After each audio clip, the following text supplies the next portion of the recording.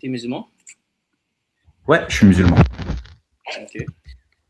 Est-ce que tu connais ma question fameuse? Non, je suis tombé sur un extrait de toi il y a pas longtemps, donc c'est pour ça que je monte, mais j'ai pas regardé tant de vidéos de toi. Ah, ok, pas de Dis-moi. problème. Est-ce que tu peux me donner une raison logique pour laquelle l'islam est la vérité?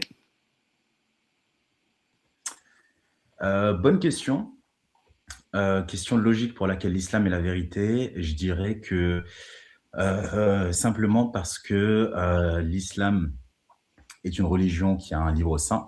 Ce livre saint a été révélé avec des informations qui n'étaient pas connues dans son contexte, dans cette époque-là, par les gens qui habitaient géographiquement dans la zone dans laquelle ça a été révélé, et des choses qu'on découvre maintenant. Donc, pour ces raisons, et des choses aussi qu'on ne savait pas à ce moment-là sur le passé qui ont également été révélées. Donc, pour ces raisons, je dirais que la seule source de connaissances qui a alimenté ce livre est nécessairement divine. Et donc, par définition, tout ce qui est dans ce livre-là est vrai, et donc il est divin. Ok. Alors, si j'ai bien compris, l'islam est la vérité parce qu'il y a des informations dans le Coran qui ne pouvaient pas être connues durant le temps. Est-ce que tu dirais que ces informations-là sont les miracles scientifiques? Entre autres, mais pas que, on a aussi des révélations historiques. Ok. Alors, on peut aller un par un alors. Alors, c'est quoi les miracles scientifiques ou un miracle scientifique?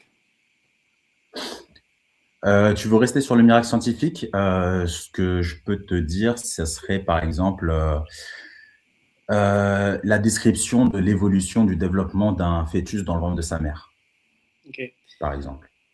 Ok. Alors, ce que je cherche, Ayoub, c'est ton meilleur Dis-moi. argument pour l'islam.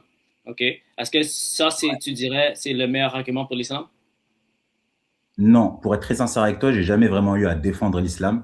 J'ai fait un travail où moi-même je me suis, parce que je suis né musulman, j'ai des parents musulmans, donc moi-même je suis allé retourner à la recherche de tout ça et pour me faire mon propre avis. Donc j'ai une idée globale, j'ai une bonne base, je sais pourquoi moi je suis convaincu, mais j'ai jamais eu à réfléchir à le point qui fait que ça c'est vrai, c'est plutôt un ensemble d'éléments qui me font dire ça. OK, mais... OK, d'accord. L'argument que tu m'as donné, mon ami, pour Mhm. prouver l'islam, on va le lire, OK? On va, Mhm. on va voir. C'est sur 23, 13 à 14, si je ne me trompe pas. Et on Tu va peux le me le lire. rappeler, tu peux me le redire? Ouais, je vais le lire. Mais si tu utilises Ok. ce passage pour prouver l'islam, et tu dis que l'islam est la vérité parce que ce passage est aligné avec la science d'aujourd'hui. Si c'est ça ton argument, si tu veux être consistant intellectuellement, mon ami, et honnête intellectuellement, si on découvre que ce passage est scientifiquement faux, ça veut dire que si tu es consistant et honnête intellectuellement, tu dois aussi accepter que l'islam est faux si ce passage est scientifiquement faux. Écoute, aujourd'hui, ce n'est pas un point que j'ai particulièrement vérifié. Je sais que c'est dans le Coran, j'ai vu des choses qui ont été dites à ce sujet-là. Je ne l'ai pas vérifié moi-même pour voir à quel point est-ce que ce point-là est solide, mais de ce que j'ai vu, c'est OK. Pour moi, que tu me donnes ton point de vue en me démontrant que c'est faux, je suis prêt à l'entendre, je suis ouvert, c'est pour ça que je suis là, mais derrière, j'irai faire mes recherches évidemment par moi-même, mais tout ça pour te dire qu'il en faudra plus pour me faire penser que l'islam est faux. Mais dans ce cas-là, si tu veux, je peux te donner un autre argument qui, lui, est plutôt historique et dont je suis plus au fait et dont je me suis plus renseigné. Et à ce moment-là, on pourra aller plus au bout là-dessus. Ou on peut rester sur celui-ci, comme tu veux. Pas de problème. Comme tu n'es pas à l'aise avec celui-là, on peut aller avec l'autre. Juste rapidement pour l'audience, OK? Surat 23, 13 à 14, ça dit, puis nous en enfîmes une goutte de sperme dans un reposoir solide. Euh, Verset 14 dit, ensuite nous avons fait du sperme une adhérence et de l'adhérence nous avons créé un embryo. Puis cet embryo nous avons créé des os et nous avons revêtu les os de chair. Ensuite nous l'avons transformé en une toute autre création. Gloire à Dieu, le meilleur des créateurs. OK, alors ça, c'est le passage que les musulmans amènent pour dire que c'est un miracle scientifique parce que Mohamed ne pouvait pas avoir cette information dans le 7e siècle en Israël. Premièrement, 1000 ans avant Mohamed, Aristote a écrit tout un livre sur les étapes des embryos, plus détaillé que ça. Aussi, il y a Galien qui a écrit 500 ans avant Mohamed, tout un livre sur les embryos qui est aussi plus détaillé que ça. Et finalement, malheureusement, ce passage-là est scientifiquement faux. Pourquoi? Parce que ça dit, nous avons créé un embryo, puis de cet embryo, nous avons créé des os et nous avons revêtu les os de chair. OK? Alors, cet processus n'est pas scientifique, OK? Parce que les os ne développent pas avant la chair. Les os et la chair développent en même temps. OK? Alors, juste pour vous démontrer, les personnes qui nous écoutent, que ce passage est scientifiquement faux. Et si c'est un argument que les musulmans veulent utiliser pour prouver l'islam, s'ils sont intellectuellement honnêtes, si ce passage est scientifiquement faux, ils doivent aussi accepter que l'islam est faux. Alors, c'est quoi ton deuxième argument, mon ami? Alors, merci Andrew pour ces éléments. Je veux quand même, par curiosité, je veux quand même aller là-dessus encore, sur ce premier argument. Tu parlais des livres qui ont été écrits par Aristote, entre autres, avant. Est-ce que ces livres reprennent, j'avais pas connaissance de ça, ces livres reprennent les mêmes descriptions qu'il y a sur le Coran, ou est-ce que c'est différent? Similaire. Ils sont similaires. Ok, tu aurais la... Oui, dis-moi, je t'en prie. Attends, t'as posé une question? J'allais juste te demander si tu avais les références, que je puisse aller y jeter un œil après. Ouais, laisse-moi le trouver rapidement.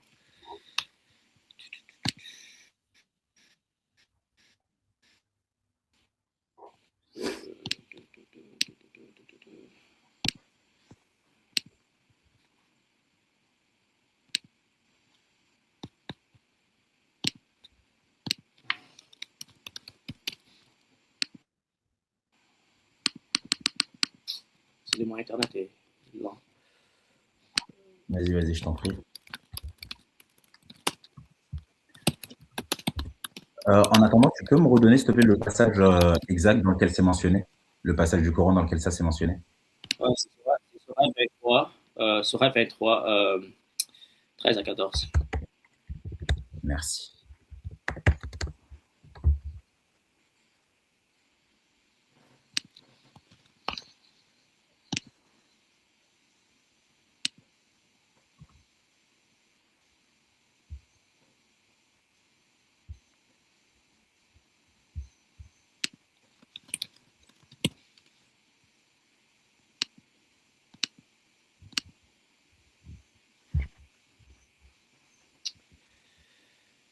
OK, alors Galin, la source primaire, ça s'appelle de la formation du fœtus.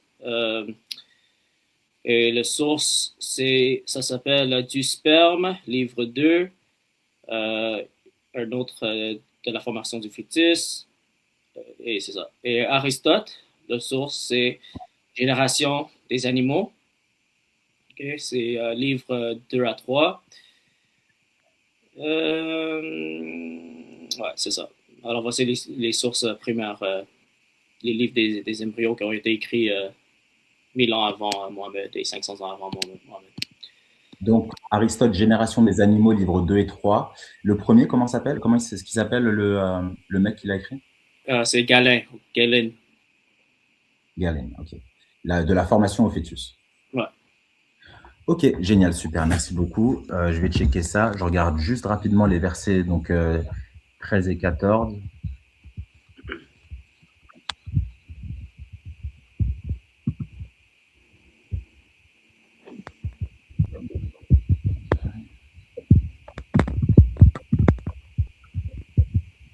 Ok, ça marche. Je vois le point. Il y a bien écrit ça dans le Coran, que les os ont été créés avant la chair, donc ensuite ont été revêtus de chair. Donc je vais checker tout à l'heure, du coup, si en effet aujourd'hui on constate l'inverse. Le deuxième argument que j'ai, c'est sur la révélation historique qui a été faite au prophète Mohammed, paix et bénédiction soit sur lui. C'est qu'à son époque, déjà, il lui a été révélé à un moment où l'Arabie était peuplée que de tribus qui n'avaient aucune puissance et qui n'en avaient jamais eu à ce moment-là. Il y avait deux gros empires qui étaient qui entouraient la péninsule arabique, qui était l'empire donc perse et l'empire romain. Les deux, je me souviens plus, mais je me souviens plus de la révélation exacte, mais tu vas peut-être trouver la référence. C'est quand il dit que d'abord l'un va battre l'autre et que 7 ans après, l'autre va pouvoir battre à nouveau bah, du coup celui en face. Je sais plus si ça commence par les Romains qui attaquent les Perses ou l'inverse, mais globalement il y a cette révélation là et elle s'est avérée juste, mais d'une façon où c'est inimaginable au moment où ça a été révélé que ça puisse l'être d'un mec perdu au milieu du désert contre deux énormes puissances qu'on comparait aujourd'hui peut-être à l'Amérique et à la Russie par exemple ou à la Chine. Ouais, alors je connais bien le passage, ok. C'est Romains chapitre 30, verset 2 à 4. Ça dit, les Romains ont été vaincus contre la contrée de la plus proche, mais après leur défaite, ils seront victorieux dans quelques années. Ok, alors ça c'est l'argument de prophétie de Mohamed. Ils disent que Mohamed, il a donné une prophétie que c'était impossible qu'il sache parce que les Romains ou les Perses étaient beaucoup plus puissants que les Romains, mais les Romains vont les battre dans quelques temps et ils disent que ce quelques temps, c'est 6 à 9 ans, si je ne me trompe pas. Et après, ça s'est Mhm. accompli durant ce temps.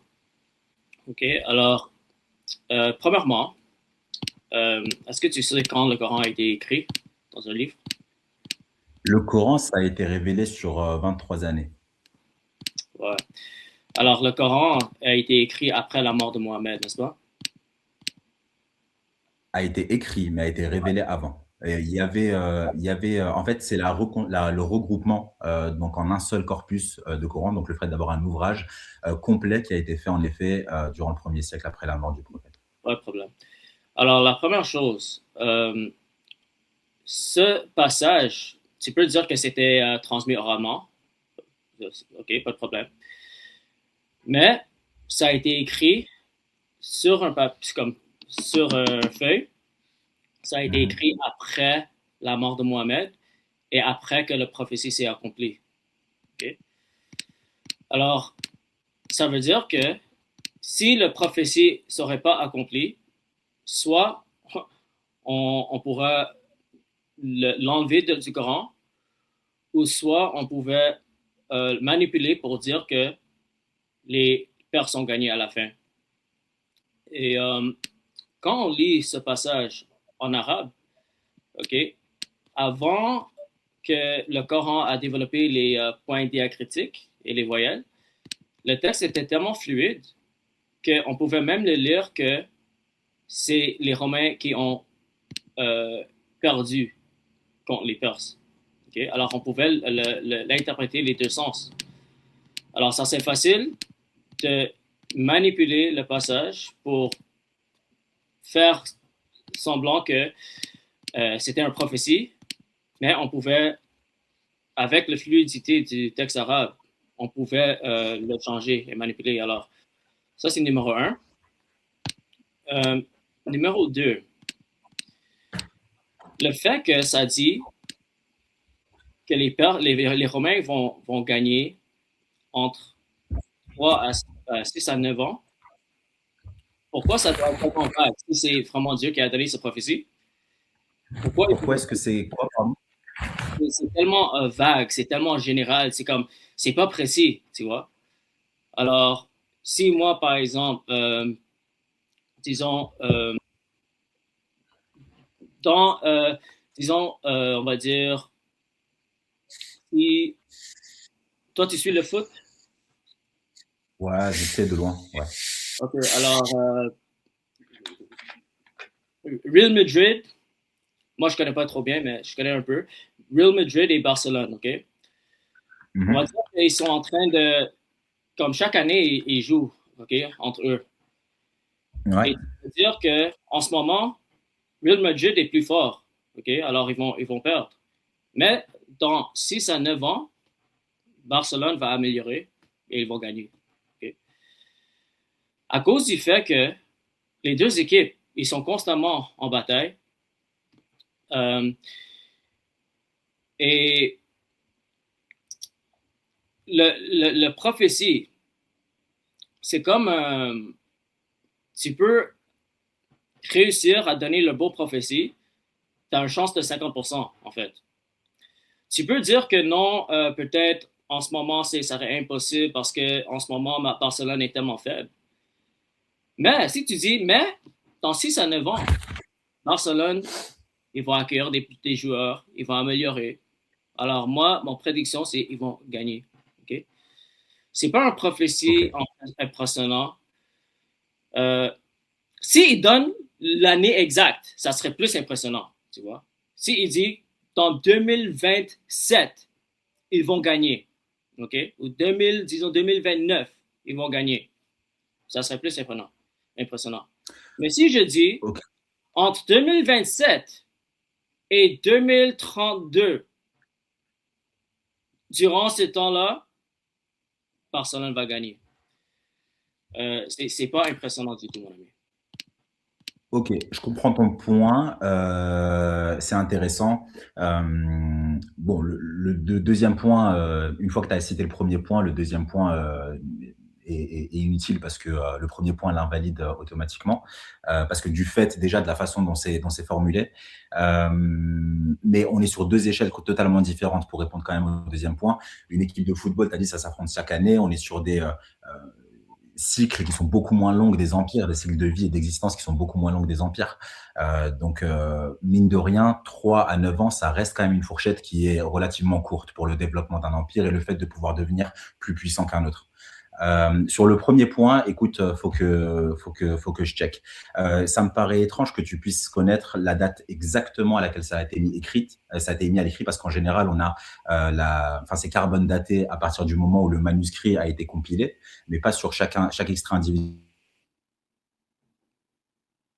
T'as coupé, Un désolé. document tracé où c'est écrit. Mais je sais qu'il existe. Excuse-moi, on a été coupé. Ok, ouais, ça, Je disais qu'il existe. Là, tu m'entends? ouais. Je disais qu'il existe quand même des track records de personnes vers qui on peut remonter, qui étaient déjà à l'époque du prophète, qui connaissaient et mémorisaient le Coran par cœur. Donc déjà, à ce moment-là, on sait exactement, on a tout le contenu de A à Z de ce qui est sur le Coran. Donc rien qu'en et donc compliqué de le falsifier derrière. Donc rien qu'en retraçant ça et en ayant cette information, et avec du checking qui a été fait entre-temps, bah, forcément, ça colle ce qui a été révélé, ce qui a été mémorisé par cœur à l'époque du prophète, et ce qu'on a retrouvé à l'écrit, vu que le moment entre lequel ça a été mémorisé à l'oral et le moment à lequel ça a été mis à l'écrit, bah, il y a moins d'un siècle. Donc ces éléments-là que je dis pour répondre à ton argument, mais ça l'invalide pas forcément. Il faudra que je vérifie. Mais du coup, pour rebondir, Andrew, sur le fait que la prophétie, elle n'est pas si évidente que ça, je suis d'accord. Il y en a une autre qui m'est venue en tête, qui, elle, à mon avis, est beaucoup plus intéressante et parlante. C'est, tu sais, quand il parle du désert d'Arabie et qu'il dit que le désert d'Arabie sera à nouveau vert. Donc, quand il dit et il y aura il y aura des ruisseaux et ce sera à nouveau vert. Et quand il dit ça, il dit deux choses. Il dit qu'il l'a été par le passé et qu'il le sera encore une fois à l'avenir. Et quand on regarde aujourd'hui avec les découvertes qu'on fait, notamment la NASA et ce genre d'organisme, bah, on voit et on sait maintenant que le désert d'Arabie, à l'époque, bah, c'était plein de verdure et qu'il y avait beaucoup d'eau. Et on voit aujourd'hui que certains endroits dans la péninsule arabique redeviennent à nouveau verts et il y a de plus en plus de précipitations, etc. J'aimerais bien avoir ton avis sur ce point. Ok, alors, c'est dans le Coran, ce prophétie? Bonne question. Non, il me semble que c'est un hadith. C'est dans un hadith. Ok. Ouais. Est-ce que tu sais combien de temps quand le hadith a été écrit? Non, je ne sais pas. Ok. Alors, les hadiths ont été écrits 200 ans après la mort de Mohammed. Alors, c'est pas des sources fiables. Euh, et aussi, si ton standard de vérité sur les prophéties de Mohammed, euh, si les prophéties de Mohammed, c'est ton standard de vérité, euh, il y a des prophéties que Mohammed a données qui ne se sont pas accomplies. Alors, si Okay. tu gardes le standard, ça prouve que Mohammed est un faux prophète. Alors, donne-moi des. C'est pas nécessairement mes standards sont beaucoup plus fondamentaux que ça, mais je veux bien que tu me parles. Après, parce que, après, tu en as pas parlé, mais il y a des classifications dans les hadiths. On a des classifications qui permettent de mesurer la véracité et à quel point on est certain que ce hadith a été rapporté correctement.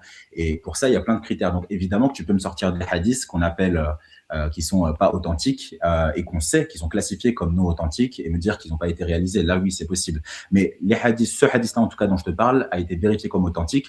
Comment est-ce qu'on vérifie qu'un hadith est authentique? Eh bien, on se renseigne, on essaie d'avoir la chaîne de, j'ai oublié comment ça s'appelle exactement, mais en gros, la chaîne de passage de personne en personne, en personne, en personne, par qui c'est passé, et avoir le nom exact de chacune de ces personnes, s'assurer que c'est cohérent et logique d'un point de vue de la chronologie, et puis derrière, se renseigner, savoir si cette personne-là avait par exemple des troubles de mémoire, des troubles de l'audition, ou s'il y avait différentes versions qui différaient. À ce moment-là, on estimait que le hadith n'était pas authentique et c'est des critères qui sont vraiment fiables, donc vraiment stricts, pardon. Donc pour dire que les hadiths ne sont pas fiables dans leur généralité, là je suis pas d'accord. Ouais, non, je comprends qu'en tant que musulman, tu dois accepter les hadiths.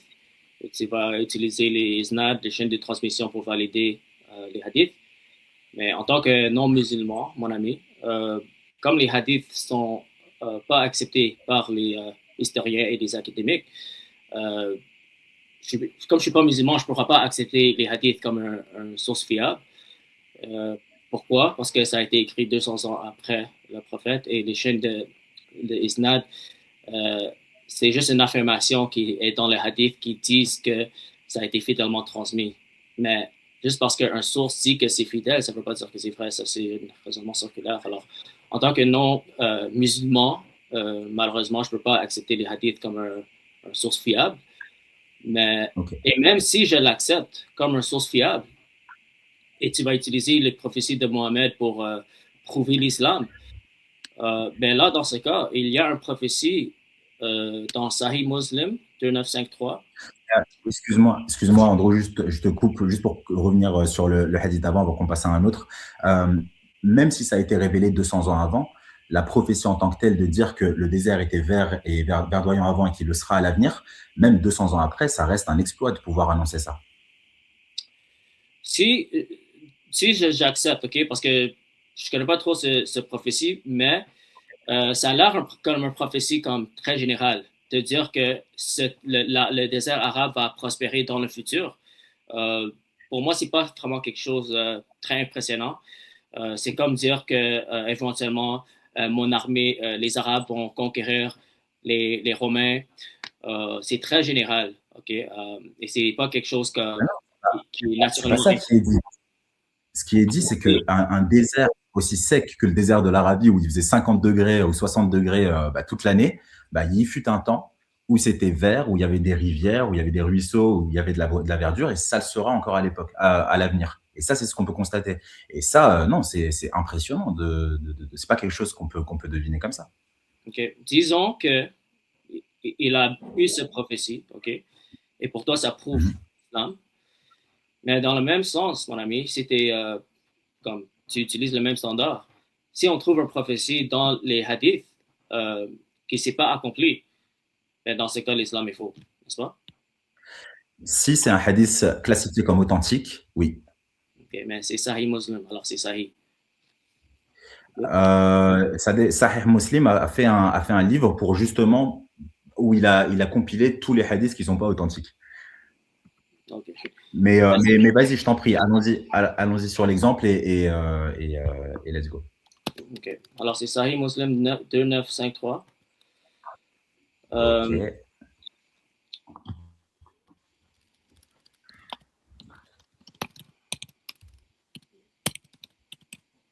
Tu veux que je le lis? Ouais, vas-y, je t'en prie.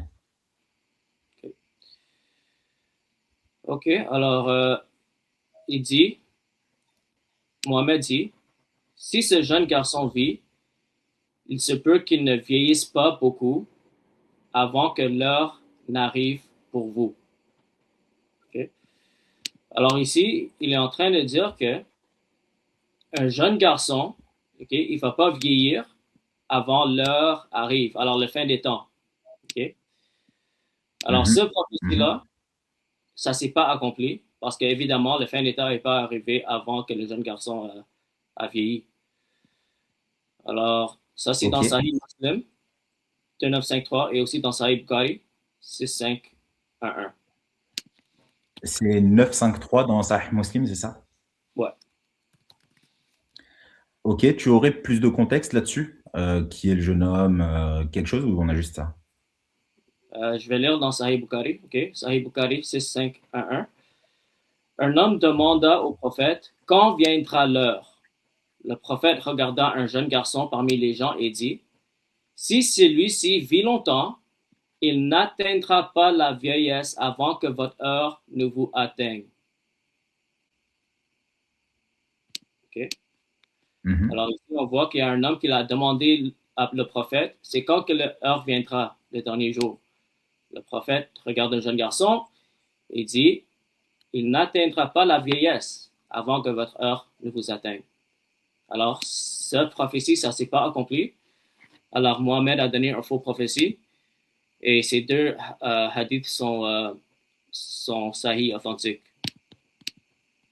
Je suis désolé, j'essaie de chercher le hadith, là, je le trouve pas. Tu peux me redonner la référence, pardon? Sahih Bukhari 6511. 6511. Ok, attends, bouge pas, je reste sur celle-là. 6511.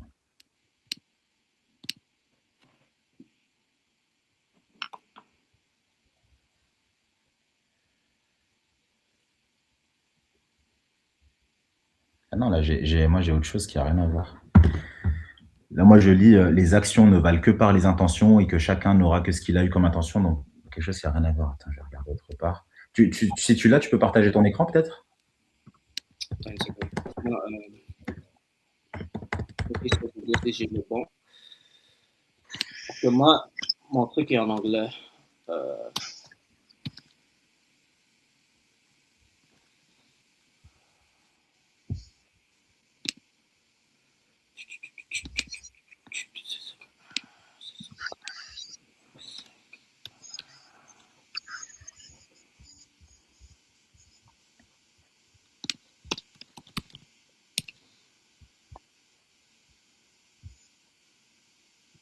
tu lis anglais, non? Ouais. Ok, attends. Euh,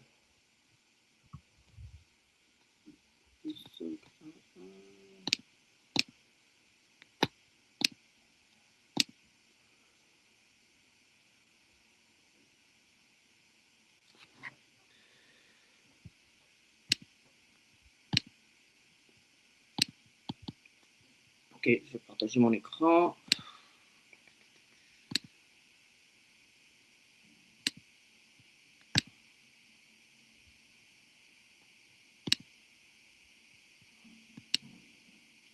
Ok. Okay. Some rough Bedouins used to visit the Prophet and asked him, when will it be the hour? He would look at the youngest of all of them and say, if this should live till he's very old, your hour, the death of the people addressed, will take place. Ok, donc the hour, c'est pas la fin des temps, c'est leur mort, ici. Non, ça, regarde. When will the hour be? C'est quand que l'heure va arriver. Il a regardé le jeune. Il a dit, si il va devenir vieux, ok, Mhm, l'heure, mhm. l'heure va venir. Ok, Mais l'heure, l'heure de qui? Ah non, il y a écrit entre parenthèses, your hour, et c'est spécifié, the death of the people addressed. Et juste après, on a une précision qui dit, Hisham said that he meant by the hour their death of the Bedouins. ouais. Alors ça, tu es d'accord que ce qu'on ajoute dans les parenthèses, c'est pas dans le hadith. Non, c'est pas dans le hadith, mais c'est une précision apportée justement sur le contexte de ce qui est décrit dans le hadith. Ouais. Alors c'est pour régler le problème, tu vois. Alors si on reste Non. avec ce que le hadith dit, ok, quand on parle de l'heure, ok, l'heure, ça parle pas Oui. de quand les gens qui est devant toi va mourir, ok. Il Si, dit, bien sûr, c'est bien sûr, bien sûr. quand Le- l'heure va venir. Et il a regardé le jeune Il a dit, si ce jeune va vivre jusqu'à temps qu'il est vieux, l'heure va arriver, OK, avant qu'il vieillit. Alors, si on Oui, reste avec l'arabe et la source authentique, quand on parle de l'heure, OK, l'heure, ça fait référence toujours au jour dernier. pas toujours, ça dépend du contexte. En arabe, là, je suis moi-même marocain et je parle marocain et je suis au Maroc actuellement. Ça peut être l'heure à laquelle je vais mourir. Ça peut être l'heure 13h15 d'aujourd'hui et ça peut être la fin des temps. Donc non, ça dépend du contexte. Et là, de ce que je vois dans ce contexte, le contexte qui est indiqué avec le hadith explique qu'il ne s'agit pas de la fin des temps. Parce qu'en effet, autrement, ça ne ferait pas du tout sens. Alors, si je pose une question, c'est quand que l'heure Oui. va arriver? Et la réponse, c'est tu vas mourir avant ce jeune, avant que ce jeune homme va mourir, euh, ou avant que ce jeune homme va vieillir. Ça, c'est déjà évident. Alors, c'est quoi le but de répondre comme ça, tu vois? Ça fait aucun sens. Bah si, bah si, bien sûr que si. Tu demandes à un prophète quand est-ce que je vais mourir. Tu t'attends à ce qu'il te donne une vraie réponse. Parce que bah, c'est quelque chose de divin, il a accès à une connaissance que toi, tu n'as pas. Mais le prophète répond par une évidence parce qu'il y a une sagesse derrière ce qu'on ne révèle pas. On ne révèle pas quand est-ce que toi, tu vas mourir, parce que tu vas pas vivre ta vie de la même façon, comme on ne révèle pas quand est-ce que ce sera l'heure de la fin du monde, comme ça l'est dans la Bible, dans la Torah ou dans le Coran, parce qu'il y a une sagesse divine derrière. Mais c'est Donc, à quoi la mon avis, sagesse? C'est quoi la sagesse divine derrière ça? Que tu vas mourir avant que ce jeune homme va vieillir. Moi, je peux donner ces prophéties aussi, hein? c'est une façon de répondre. Mais ici, c'est même pas une prophétie. Là, il prophétise rien du tout. Là, c'est Ben, juste un hadith. il a répondu à une question. Et le gars a Mhm. demandé c'est quand le jour, l'heure, OK? C'est quand l'heure va arriver. Le prophète, il répond, ça va arriver avant que le jeune va vieillir, OK? Si c'est le cas que toi, tu interprètes ça comme, ça veut tout simplement dire que tu vas mourir avant que le jeune vieillit. Ça, c'est déjà évident. Alors, c'est quoi le but de dire ça? Tu vois, ça fait aucun En sens. fait, ce qui est intéressant en fait en islam, c'est qu'on n'interprète pas par nous-mêmes. On a justement des livres comme Sahih al-Bukhari ou d'autres qui ont fait une interprétation qui a été reconnue par l'ensemble des conseils musulmans. Donc, c'est ce qu'on appelle je ne sais même plus comment on s'appelle ça, mais en gros un socle commun par lequel on lit le Coran. On n'est pas chacun à faire notre interprétation. Donc, si tu veux, ce qu'on peut faire, c'est aller voir justement quelle est l'interprétation qui est faite dans Sahih al-Bukhari sur ce verset-là. Et à ce moment-là, tu sauras exactement ce que croient les musulmans et comment est-ce que les gens de l'époque à laquelle le hadith a été révélé l'ont interprété. Okay. Est-ce que toi, tu connais le contexte? Non, j'ai jamais entendu parler de ce hadith. OK. OK. À part ça, Mais ouais, vas-y. si tu veux, justement, pour pas qu'on reste bloqué dans quelque chose euh, qui est finalement un peu de l'ordre du détail, même si les détails c'est important, j'aimerais toi que tu m'expliques peut-être de façon très fondamentale pourquoi tu penses que l'islam est faux. Parce qu'il n'y a pas de preuve pour l'islam et il y a des problèmes internes.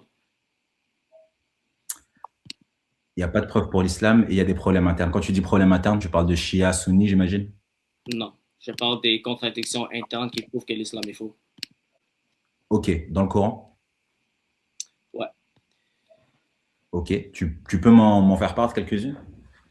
Ouais. Alors, le Coran affirme que le Torah et l'Injil viennent de Dieu, viennent d'Allah, et personne ne peut Ouais. changer les paroles d'Allah. Mais le problème, c'est quoi? C'est que le Torah et l'Injil contredisent le Coran. Et alors, moi, Allah, il donne le test aux juifs et chrétiens pour vérifier si l'islam est vrai à travers leurs livres. Okay?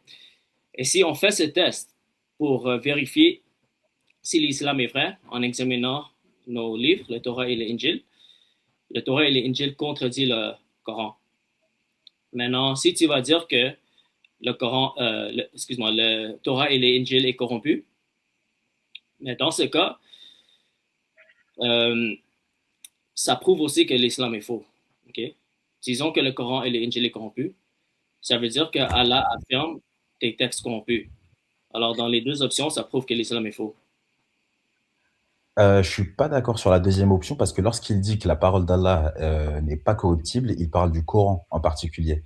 Et c'est la promesse qui fait que cette révélation-là en particulier, celle du Coran, ne pourra jamais être falsifiée.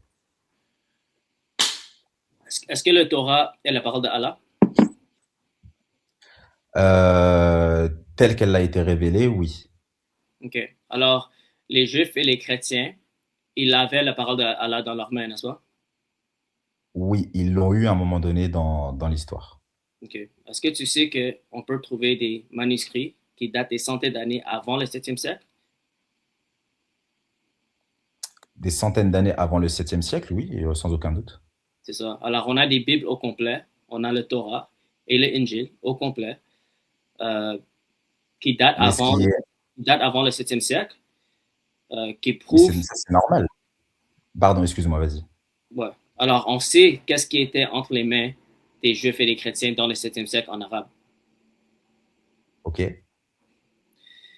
C'est ça. ok. Alors, si tu veux Mais, dire mais que, si tu veux dire que le Torah et l'Injil qu'on a aujourd'hui, c'est pas la même que ce avaient au 7e siècle, ben, dans ce cas, tu dois me montrer c'était quoi le Torah et l'Injil. Parce que moi, de mon c'est côté, même pas moi ça que je dis. j'ai des manuscrits. C'est Euh, même pas ça que je dis. Ce que je dis, c'est que l'Injil et la Torah que les chrétiens et les juifs avaient entre leurs mains déjà à l'époque du prophète, donc même plusieurs siècles avant, étaient déjà falsifiés. Moi, ce que je dis, moi, ce que j'aimerais bien, c'est qu'on puisse avoir une version carbon dated d'une Bible qui est, par exemple, le premier siècle après la mort de Jésus. Paix OK. et bénédiction soit sur lui. Le problème, mon ami, c'est que tu es en train de contredire ton Coran. Parce que le Coran dit explicitement que les Juifs et les chrétiens, ils avaient le Torah dans leurs mains. Alors, Surat 2,41 et Surat 7, 1,57, ça dit, le Oui. Coran confirme le Torah et l'Injil qui est avec vous. Alors, ils avaient le Torah et l'Injil d'Allah dans le 7e siècle. Ok. Là, je vois. Rappelle-moi, dis-moi, c'est quel verset, pardon? Surat 2,41 et, et 7, 1,57. Je regarde le premier verset d'abord. Sourate 2, verset 41. Donc, ça dit: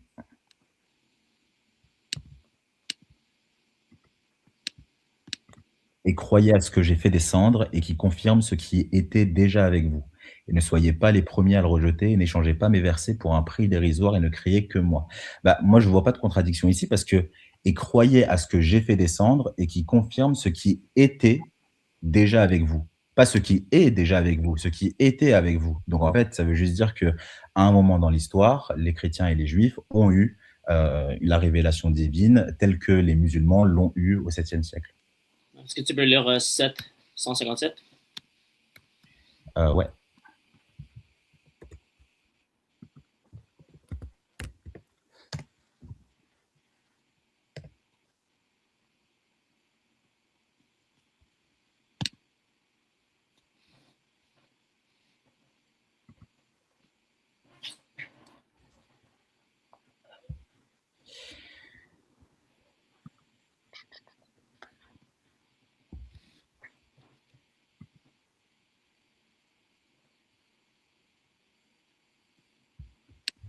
Excuse-moi, ça met un peu de temps à s'ouvrir. Voilà. 757. Ceux qui suivent le messager, le prophète illettré qu'ils trouvent écrit chez eux dans la Torah et l'Évangile. Il leur ordonne le convenable, leur défend le blâmable, leur rend licite les bonnes choses, leur interdit les mauvaises et leur ôte le fardeau et les joues qui étaient sur eux. Ceux qui croiront en lui le soutiendront, le porteront secours et suivront la lumière descendue avec lui. Ceux-là seront les gagnants. C'est le suivant, je crois, dont tu parles. Non, non, non, non. Attends. C'est quelle version que tu es Celui-là. en train de lire?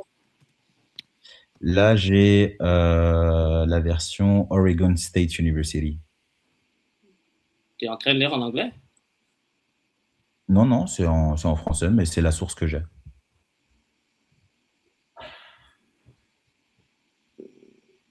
Ok, est-ce que tu peux le relire le premier parti encore? Ouais.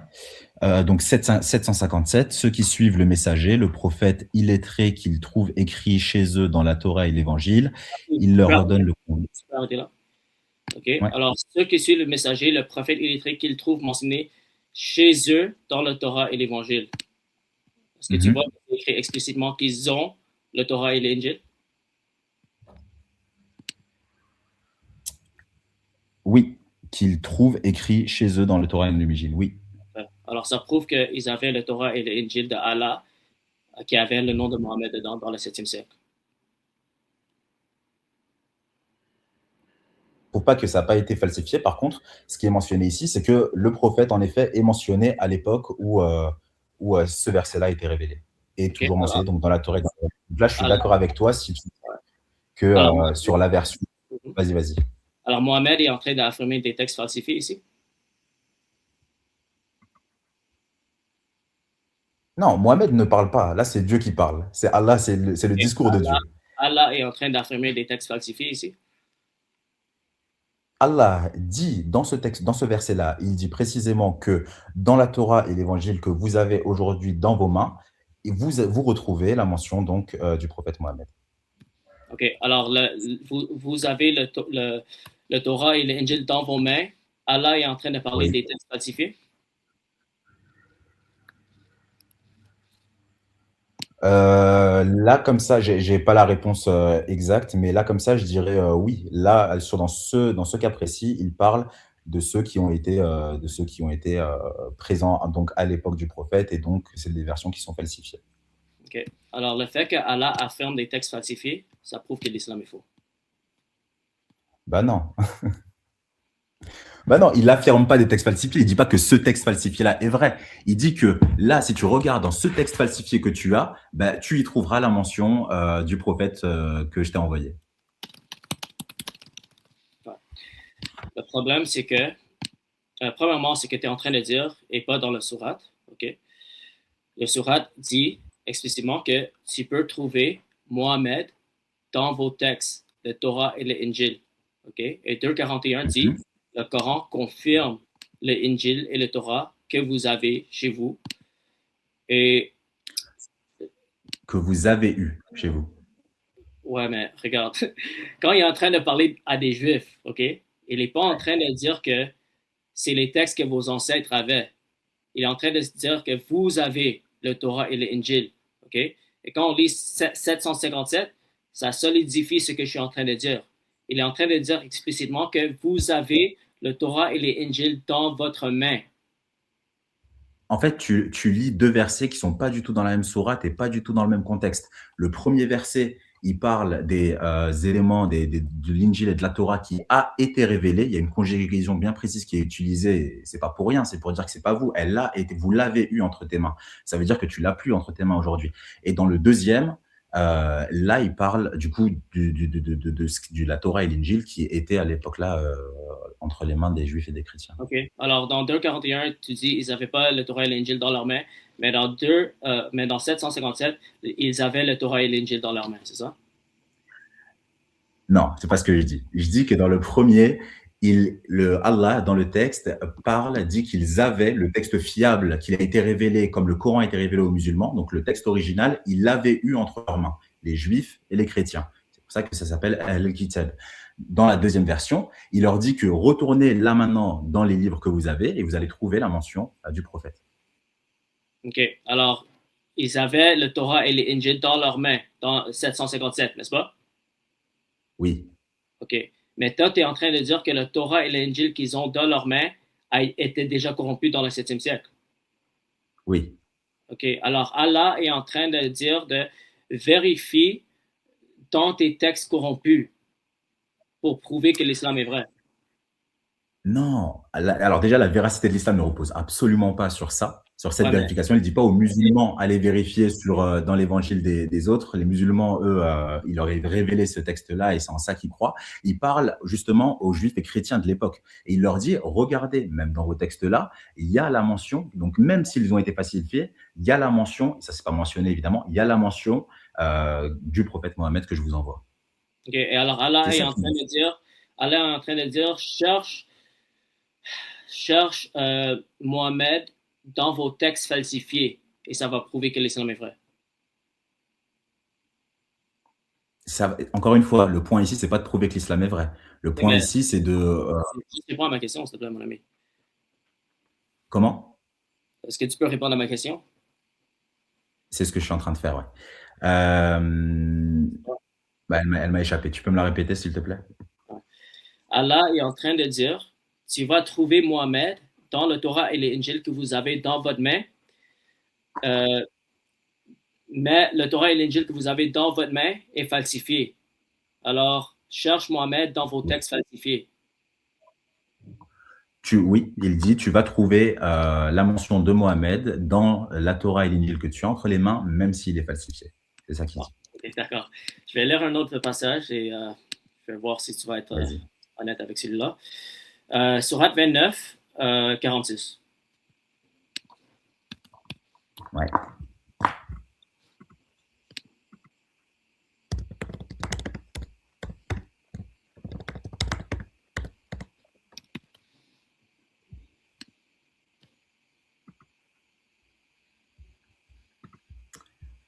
Ok. Je vais le lire, ça te va? Ouais, vas-y. Et ne discutez que de la meilleure des façons avec les gens du livre, sauf ceux d'entre eux qui sont injustes. Et dites, nous croyons en ce qu'on a fait descendre vers nous et descendre vers vous. Et notre Dieu et votre Dieu est le même, et c'est à lui que nous nous soumettrons. Parfait.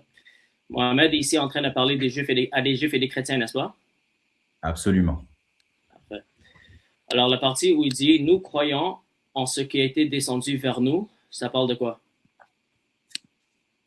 Le Coran. Parfait. Alors, ça veut dire qu'on croit que le Coran est la parole d'Allah. OK? Oui. Et exactement la même manière qu'on doit croire au Coran, le prochain passage, prochain partie, ça dit et en ce qui était descendu vers vous.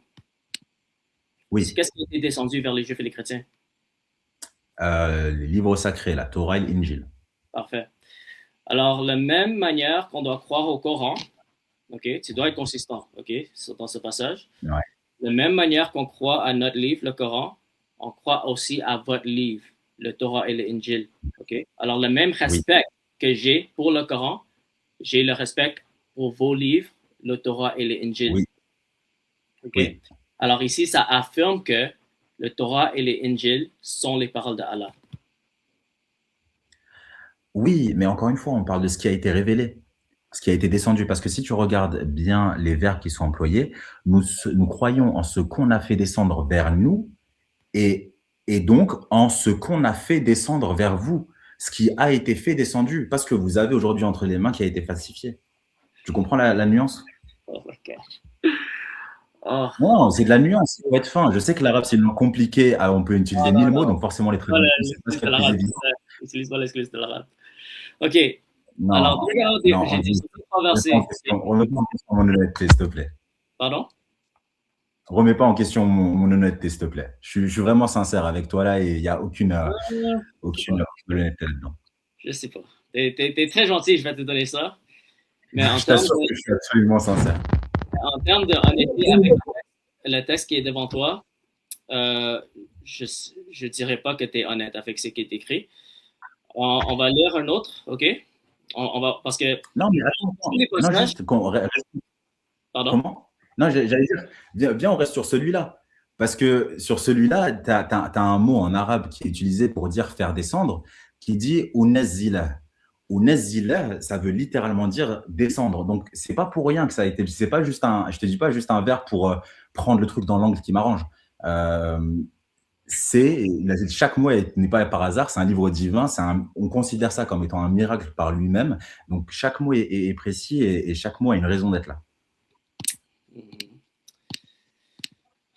Est-ce que le Coran est clair? Clair, comment répondre à ça? Je dirais oui et non. Oui, parce qu'il y a certaines choses qui sont vraiment claires. Non, parce qu'il y a d'autres choses sur lesquelles il faut du contexte, de la méditation, lire, relire. Ça peut s'appliquer à plusieurs contextes, peut avoir plusieurs sens. Donc, mais en même temps, il y a un message fondamental qui, lui est clair. Donc, je ne sais pas exactement dans quel sens tu poses la question. Alors, si toi, tu affirmes que le Injil et le Torah est corrompu, OK, ça devrait être clair dans le Coran que c'est corrompu, n'est-ce pas? Oui, et je crois que ça l'est. OK, tu peux me donner un verset? Je ne l'ai pas en tête. Par contre, on va utiliser notre ami Lire. Parce que là, à date, c'est moi qui sors tous les versets pour prouver que le Torah et l'Injil est la parole d'Allah. OK? Moi, tout ce que je fais, c'est je lis. OK? Moi, je ne suis pas en train d'interpréter. Toi, tu es en train de changer ce qui est écrit devant toi. C'est pour ça que je questionne ta honnêteté intellectuelle, mon ami. Ben non, j'ai pas changé, en gros. Il y avait écrit descendre ou pas? Je l'ai pas, je l'ai pas sorti. Je t'ai dit exactement ce que Mohamed ou Allah, il dit, on croit à ce qui a été descendu sur nous, le Coran, OK? Pour celui-là, tu n'as pas de problème d'accepter que le Coran est la parole d'Allah, OK? Mais dans le même verset, dans la même phrase, ça dit, on croit aussi ce qui a été descendu vers vous, OK? Alors, tu ne peux pas avoir un double standard dans ce passage, OK? Ça affirme que le Coran est la parole d'Allah et le Torah et l'Injil est la parole d'Allah. Alors, pour esquiver ça, tu dois mal interpréter ce que tu lis devant toi. C'est pour ça que c'est pas honnête intellectuellement. Alors, OK. ouais. Regarde, les trois se valent autant les uns que les autres. Dans les trois, le Coran, l'Injil, la Torah.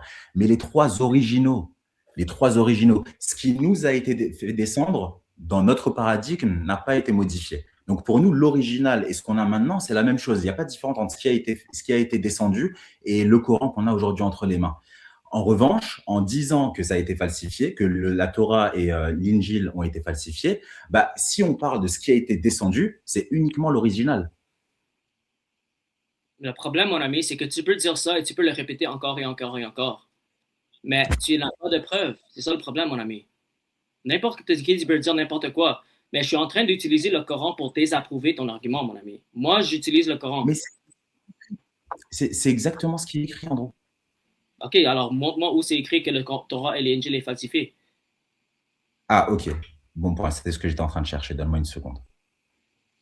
Parce que tu ne peux pas affirmer des choses si tu ne sais même pas, tu vois. C'est en train de parler. Je t'ai dit, je pense que c'est écrit dans le Coran. Mais écoute, moi, je t'ai dit, Andrew, j'ai jamais fait de débat avec qui que ce soit, j'ai jamais eu à défendre l'islam. Je suis juste un musulman qui a fait ses recherches, convaincu de ses croyances et qui aujourd'hui, voilà, te voit, a envie de challenger ses croyances et du coup vient discuter avec toi. Mais évidemment que je suis pas un expert du métier. Non, je comprends. Et j'apprécie ton humilité. Mais en même temps, si tu sais que tu es ignorant sur un sujet, tu ne peux pas continuer à dire des affirmations encore et encore et encore pour refuter si tu n'as pas de preuves et tu n'as pas assez de connaissances de ton côté, mon ami. Eh ben, écoute, on va voir du coup si les affirmations que j'ai faites ont été fausses ou pas. Est-ce que...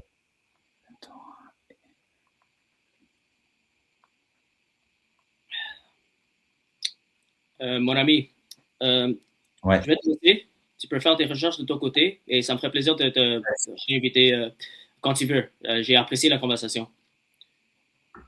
Bah écoute, moi aussi, Andrew, avec grand plaisir. Et la prochaine fois, je te préparer quelques questions parce que j'aimerais aussi comprendre pourquoi est-ce que tu crois que le christianisme est vrai et sur d'autres éléments de l'islam. Avec grand plaisir. Et Dieu te bénisse. Bye bye.